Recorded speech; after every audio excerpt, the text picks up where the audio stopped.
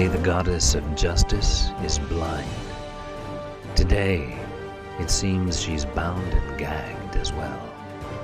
But what if justice could see what's going on in her name?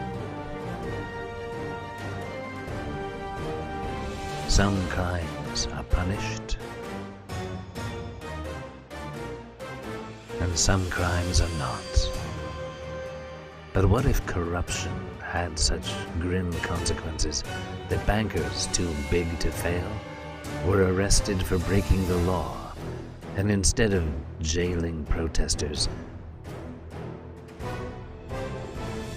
the human family simply enforced international human rights law and punished those responsible?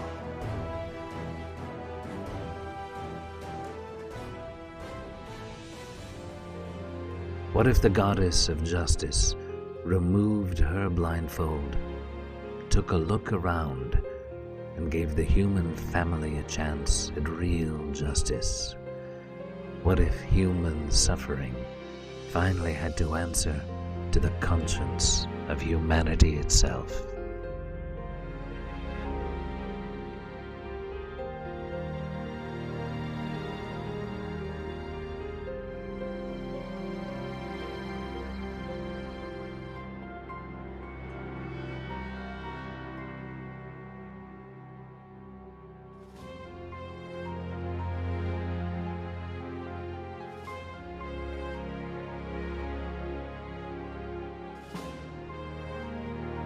And what if all this, rather than being an idealistic fantasy, was in fact a legally established reality about to manifest?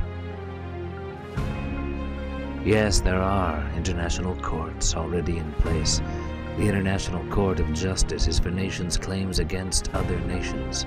But if a bank or a government is violating your human rights, confiscating your savings, taking your home,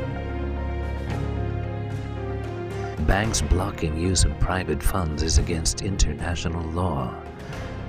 Invasion of privacy, violation of national sovereignty, torture, militarization of the police are all against international law and the U.S. Constitution as well.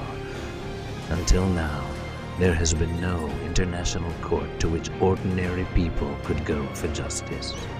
Until now, these crimes have gone unpunished, and so they continue. The International Criminal Court tries war crimes, but with some curious exceptions. But for the victims of these crimes, protesters may gather in their millions, but history shows tyrants only understand one thing: arrest, prison, personal liability. The corrupt elite would like us to forget that they are breaking the law, laws based on ancient values shared by all cultures.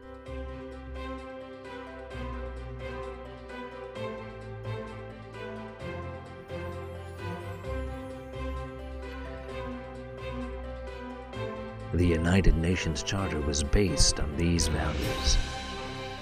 But the corrupt elite forgot one thing: those human rights protections enshrined in international law. They think they are above the law. Their global courts are designed to give them a free hand to oppress humanity. They think no one has the power to bring them to justice. But they are wrong. You see, it turns out the goddess of justice isn't so blind after all. Little-noticed provisions of international law allow for the people to form an international court of human rights, with global jurisdiction and the power to enforce its judgments. Is it possible to lawfully create a real human rights court? A court not beholden to the elite but funded by the people, for the people? Solidly based on 70 years of international law? It's not only possible, it's already happening. A committed group of human rights advocates, lawyers, and judges have done years of work at their own cost to make it possible. A court for the people.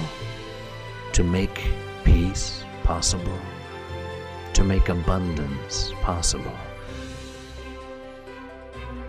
The foundation has been laid, jurisdiction has been established, enforcement mechanisms are in place.